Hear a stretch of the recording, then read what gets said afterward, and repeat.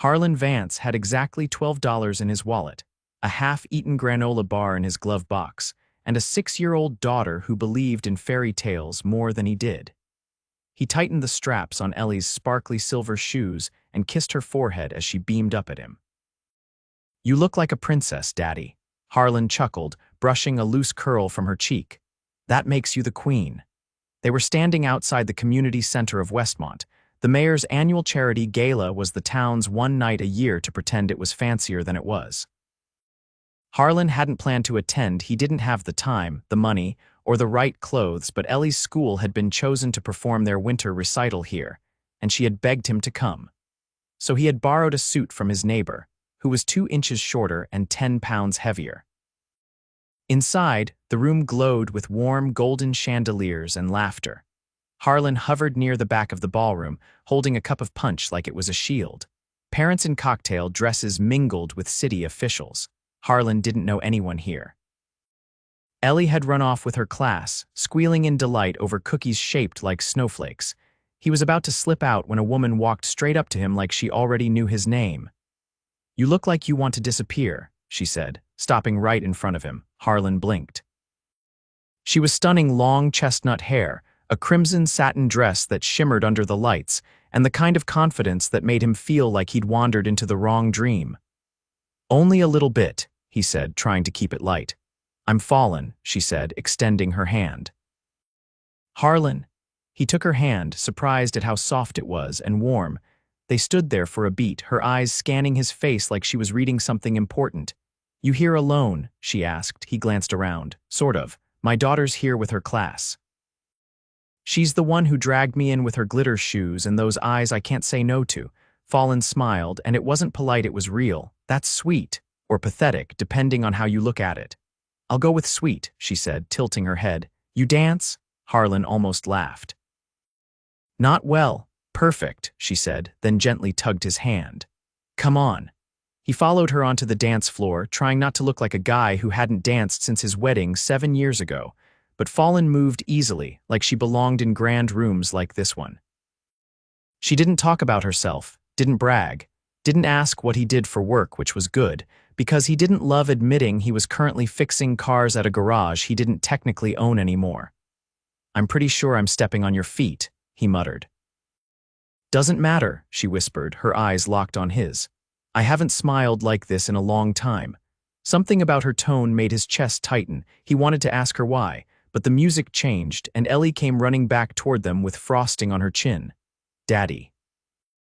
"You danced." Fallen reached down with a napkin, gently wiping Ellie's face. "And he was great." Ellie grinned, then looked up at Fallen. "Are you Cinderella?" Fallen laughed. "Not quite." Harlan watched as Fallen knelt to Ellie's level, chatting with her about glitter and cookies and tiaras like she'd known her forever. Most women didn't even pretend to care, but Fallen wasn't pretending. After the recital ended, Harlan found himself walking Fallen to her car, though car turned out to be a sleek black sedan with tinted windows and a driver who stepped out the moment she approached. Harlan blinked. "You have a driver?" Fallen paused. "Yeah, I didn't want to deal with parking." "Big city habit." She looked like she was about to say more, but didn't. Ellie tugged on Harlan's sleeve. "Is she a princess?" Fallen crouched again and whispered something into Ellie's ear.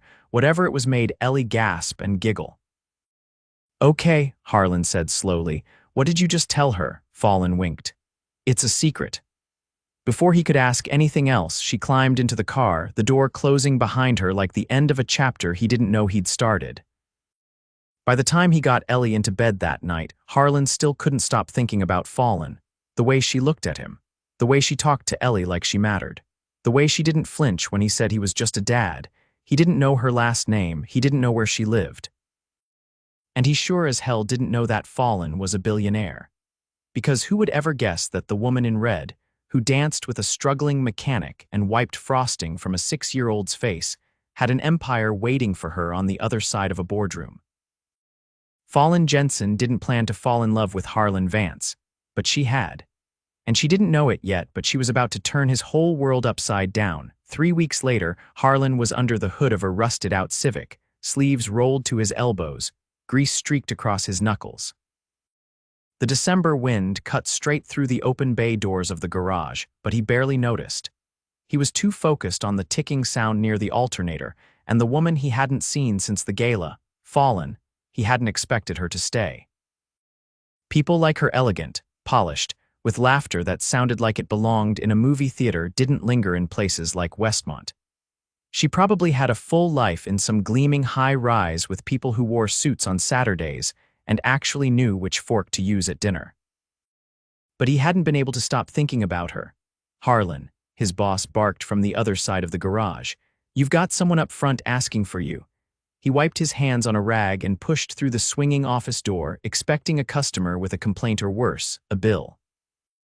Instead, Fallen stood there like she'd been plucked out of a five-star magazine spread and dropped into the oil-stained reception area.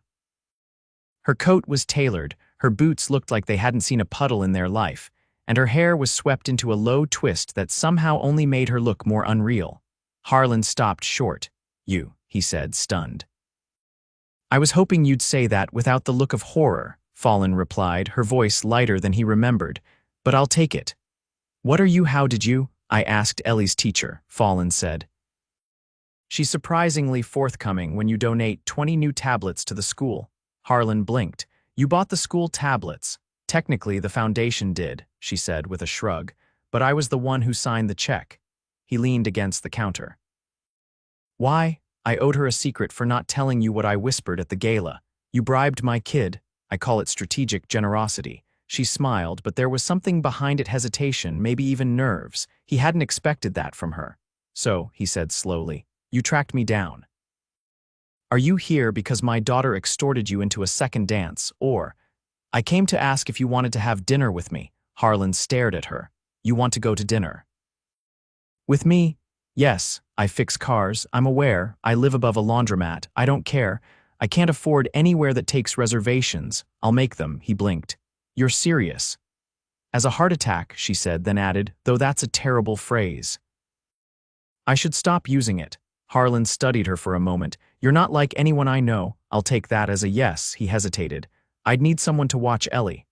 "I already thought of that," she said. "My assistant, she's great with kids, used to teach kindergarten. She's certified, background checked, and I'll have her come early so you can meet her first.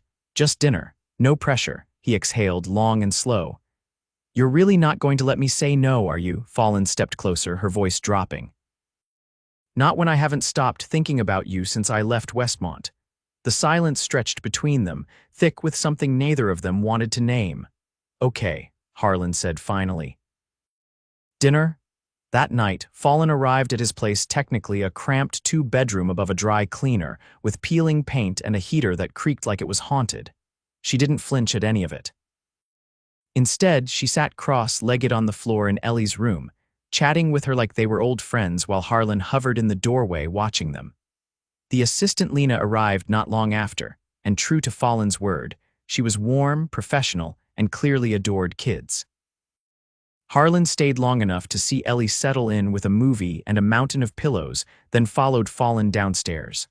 Outside, a town car waited at the curb. He opened his mouth, but Fallen held up a hand. "Don't say it," she said. "We'll drive somewhere nearby." They ended up at a new restaurant on the edge of town, one of the only places that had tablecloths and real candles.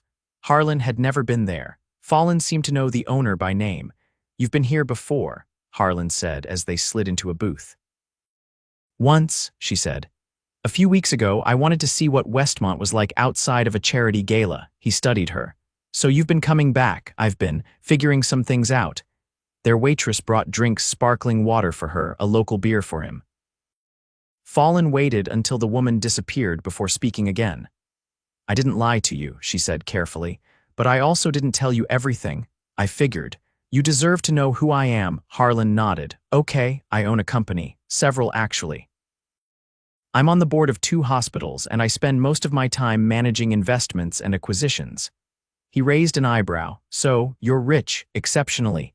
He let that sink in. "So, that car," he said. "The driver, the coat. The tablets, all me." Harlan didn't say anything for a moment, then he leaned back in the booth. "You could have led with that." "I could have," she agreed. "But then you might have looked at me the way most people do." And how's that? Like I'm a number. Harlan looked at her, really looked at her. The woman across from him wasn't glossy or aloof. She was nervous, hopeful, maybe even scared. I don't care about your money, he said. Her eyes flicked to his. You should. Why? Because it complicates things, he nodded slowly. Maybe, but so does falling for someone you weren't looking for, her breath caught. You didn't have to come find me, he continued. But you did. That matters more to me than any balance in your bank account. Fallen didn't answer right away. Then she reached across the table and took his hand. I meant it when I said I haven't smiled like that in a long time. He squeezed her fingers gently. Then let's see if we can get you to do it again. And just like that, the space between them began to shift less like a divide, more like a doorway neither of them had realized was already open. Fallen stood at the edge of the rooftop terrace, her breath catching as she looked out over the city. Westmont's lights twinkled below, modest and scattered, but the sky above them was velvet dark and full of stars. The terrace wasn't part of a hotel or a restaurant, it was part of a historic courthouse that had been converted into a civic space. Tonight, it had been rented for a fundraiser supporting local single-parent households. Harlan had been invited to speak after one of the organizers heard about his volunteer work at the youth center. He hadn't known Fallen would be there. She hadn't planned on coming until Lena sent her the flyer, pointing out that the keynote speaker's name was a little too familiar to ignore. He found her outside, his jacket over one arm and his tie loosened just enough to look like he belonged in both worlds, the gala and the garage. He stopped a few feet behind her. You always sneak out in the middle of events you helped fund, Fallen turned. Only when the speeches start sounding like campaign ads. Harlan chuckled and joined her at the railing. I didn't peg you as someone who disliked being the center of attention. I don't mind it, I just don't always trust it, he nodded. Fair, she glanced over. You were good up there, by the way. That story about coaching the kids through their first car rebuild, that was real, wasn't it? Every part, he said. We finished the engine 2 days ago. They're already arguing over who gets to drive it first. They're lucky, she said softly. To have someone like you, Harlan leaned on the railing. You didn't come here just to hear me talk. No, she admitted. I came because I've been thinking about what happens next. That sounds like the start of a conversation I should sit down for. She turned toward him fully. I think I've been dragging you into my world without asking if you even wanted to be there. He didn't answer right away. The night air curled around them, cool and quiet. I don't need any of that, he said finally. The cars, the dinners, the kind of life that comes with an assistant and 2 phones. I was happy with my world, I know. But I want to know yours, not because it's shiny, because it's yours. Her gaze dropped for a second. You're not curious about what I do. I'm curious about what keeps you up at night, what you dream about when no one's watching, what you're afraid to say out loud. Fallen looked at him then, really looked. I work with mergers. I take companies and decide which ones survive. Sometimes that means laying off hundreds. Sometimes it means doubling someone's paycheck. I make decisions most people never see. And does it ever get to you? All the time, she said, but I've never told anyone that. You just did. She stepped closer.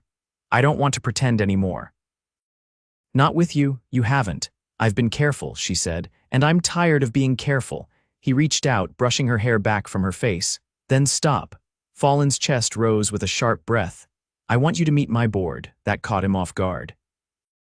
Why? Because they'll find out eventually, and I want them to see you the way I do. I'm not exactly the kind of guy they're used to. Exactly. You sure that's a good idea? I'm not sure about anything, she said.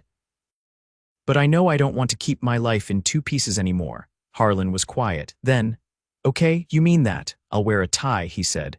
The right size this time. Fallen laughed, the sound brighter than the night around them. I'll make sure there's something stronger than punch. He hesitated before speaking again. There's something I need to ask. Anything. Why me? Fallen didn't flinch. Because you didn't want anything from me. Not a job, not a favor. You looked at me like I was a person. Not a headline. That's all I ever saw. And it terrified me, she said, because I realized how much I wanted to be seen like that. They stood in silence for a moment, the kind that felt like a promise instead of an ending. I should get back to Ellie, he said finally. She's got a science project due, and I'm the unlucky volunteer who has to help her build a solar system out of cereal boxes. Fallen grinned. Can I help? He raised an eyebrow. You sure you're ready to be covered in glitter glue and elbow-deep in glue sticks?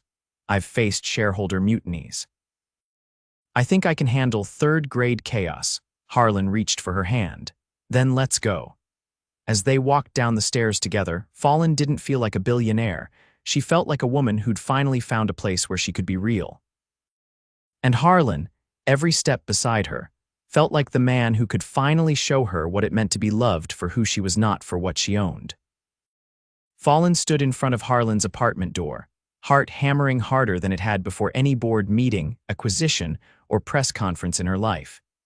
She was holding a wrapped box, not overly extravagant, but still nestled in silver paper with a navy ribbon Ellie had picked herself. Fallen had asked her what to get Harlan, and Ellie, with the blunt wisdom only a child could wield, had said, something that makes him feel seen. She knocked once. The door opened almost immediately, revealing a chaotic scene behind Harlan. A makeshift volcano, mid-eruption, was bubbling red foam onto the kitchen table, and Ellie was squealing with delight while Lena tried to contain the lava with paper towels. Harlan's shirt was streaked with food coloring, his expression caught between horror and amusement. Fallen blinked. Should I come back when your kitchen isn't under siege? Too late, Harlan said, stepping aside. You're officially part of science night. She handed him the box. This won't help with the cleanup, but I thought maybe it could go on your wall or your nightstand. Or wherever you put things that matter. He opened it slowly. Inside was a framed photo taken the night of the gala, when Ellie had wormed her way between them and asked for a picture. Harlan was mid-laugh. Fallen was looking at him. Ellie beamed in the center, glitter still stuck in her hair. He stared at it for a long beat. I didn't know this existed. I had Lena track down the photographer, Fallen said. It took 3 emails and 1 very persistent follow-up call. Harlan's throat worked. Thank you. Ellie darted over, her hands covered in dried glue. Did you bring any snacks? Only the good kind, Fallen said, pulling a container of lemon bars from her bag. Can we make more volcanoes after dessert? Ellie asked. Harlan gave her a look. Let's get through dessert first without another eruption. Ellie skipped back to the table and Fallen leaned in closer. I've been thinking, she said, keeping her voice low, about what you said on the terrace, about not needing the shiny stuff. You should know I meant it, he replied. I know, but I also know what it's like to have everything and still feel like something's missing. Harlan tilted his head. And what's missing now? Fallen hesitated. A place that feels like home. He didn't say anything right away. Then, quietly, you already have that. Right here, she swallowed hard. I didn't used to believe that. I thought home was something you bought or built, but it's not. No, he said. It's who you come back to. Fallen reached for his hand. I want to build something real with you. Not just weekends or dinners or stolen hours between meetings. I want mornings with burnt toast and school drop-offs and grocery lists written in crayon. Harlan's grip on her hand tightened. You sure? Yes. He glanced toward Ellie, who had now turned the remains of the volcano into a space station with pipe cleaners and googly eyes. She loves you, he said. You know that, right? I love her too. And me, Fallen didn't falter. More than I thought I could. The air shifted, not dramatically, just enough.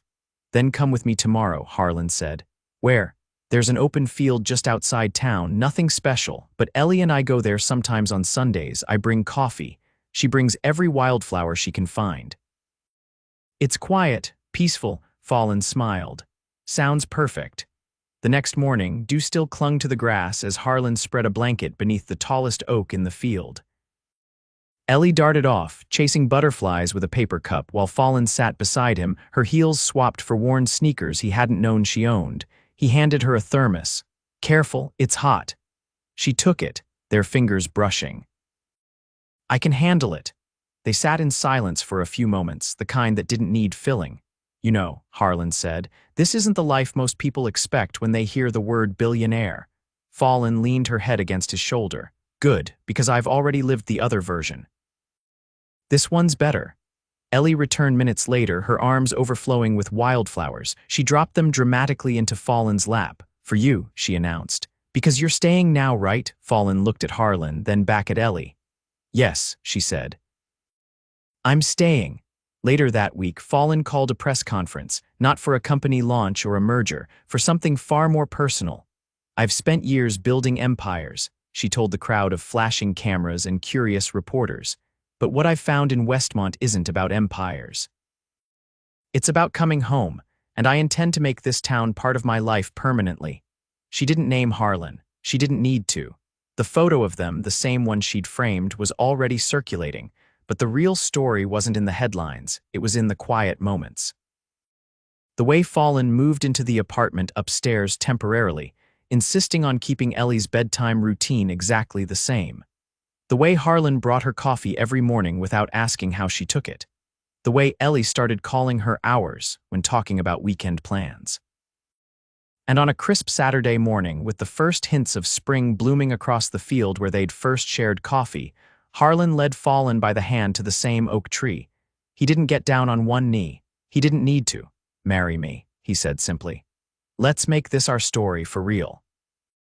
No glitter, no gala, just us. Fallon's eyes glistened. Yes, she whispered. 1,000 times yes.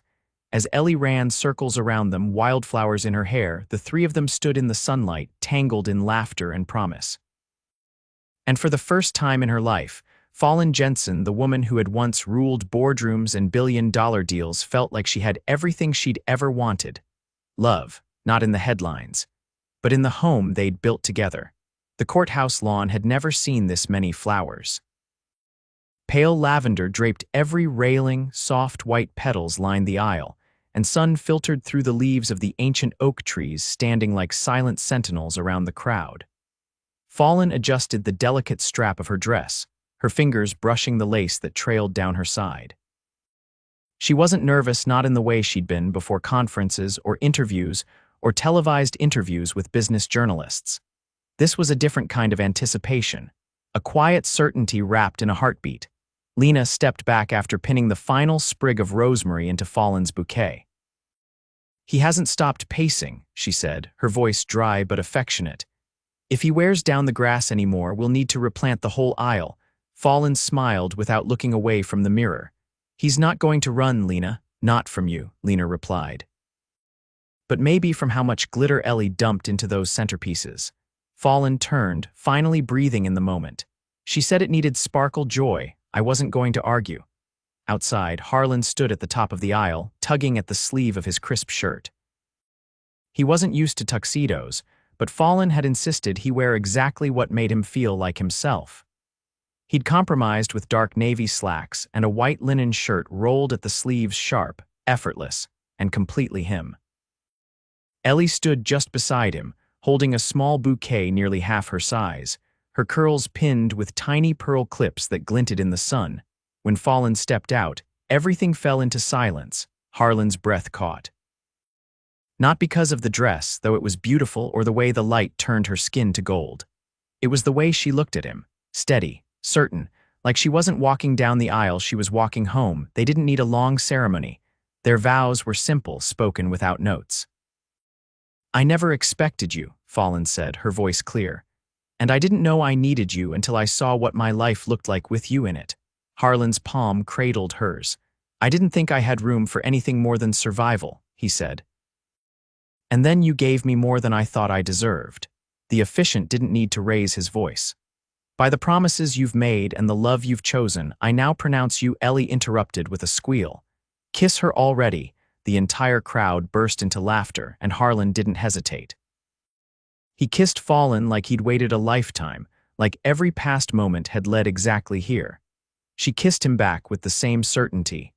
The reception was held in the field just beyond the courthouse, the same one where Harlan had first brought Fallon for coffee and quiet. Now it was strung with lights, long farmhouse tables lined with wildflowers, and music playing from a small stage where a local band played slow, easy melodies. Fallon danced barefoot on the grass. Harlan joined her, Ellie tucked between them, humming along to a song none of them knew but all somehow loved. Later, as the sun dipped low and the sky painted itself in hues of peach and violet, Fallon sat beside Harlan beneath the oak tree. Ellie had fallen asleep in Lena's lap nearby, one hand still gripping a half-eaten cupcake. Fallon leaned her head on Harlan's shoulder. "You never asked me." "Asked you what?" "How much I'm worth." He looked down at her. "You're not a number," she smiled. "Guess that's why I married you." He kissed the top of her head. "I know exactly what you're worth. To me, you're everything." Fallon looked out at the field, where laughter still drifted and candles flickered on the tables. "I used to think love was a distraction, that it would take me off course. And now I know it was the destination all along." Harlan's fingers laced with hers. "We're not just building a life, we're building a legacy." She turned to him. "Not the kind in boardrooms." "No," he said. "The kind in bedtime stories and early mornings and every little moment in between." A gentle breeze moved through the field, rustling the grass and carrying the soft sounds of celebration. Fallon closed her eyes, letting the warmth of the evening settle into her bones. Weeks later, they moved into a house on the edge of town. A modest craftsman with a wraparound porch, a vegetable garden Ellie insisted on planting, and a garage Harlan converted into a workshop where he taught weekend classes to local teens. Fallon opened a local chapter of her foundation, focusing on business mentorship for single parents. She split her time between Westmont and the city, but more often than not, she chose home. Ellie thrived. She painted her room coral, adopted a rabbit named Buttons, and told anyone who would listen that her parents were the coolest people alive. Harlan taught her how to ride a bike. Fallon taught her how to negotiate bedtime extensions like a pro. One night, long after Ellie had fallen asleep and the house had gone quiet, Fallon stood on the porch wrapped in a light blanket. Harlan came up behind her, wrapping his arms around her waist. "Still awake?" he asked. "I was just thinking." "Dangerous," he teased. "I've never been this happy," she said. "It's not loud, it's not explosive, it's just full." Harlan kissed her shoulder. "That's what real love feels like." They stood there, watching the stars stretch across the sky above their home. No gala lights, no headlines, just them, complete content. Together forever.